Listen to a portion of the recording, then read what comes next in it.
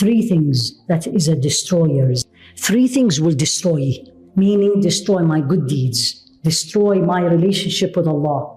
Jannah becomes way too far from me. Where are they, Ya Rasulullah? He said, shuhum muta', miserliness, which is one of the diseases. Don't do that. Don't teach her. Don't give her. Don't donate.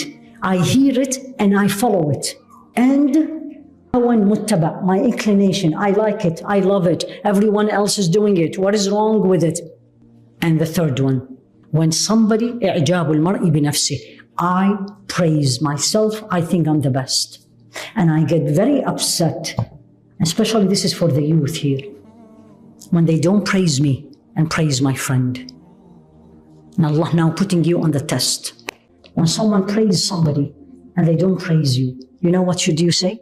Alhamdulillah, they don't know my shortcomings. Alhamdulillah, Allah concealed it.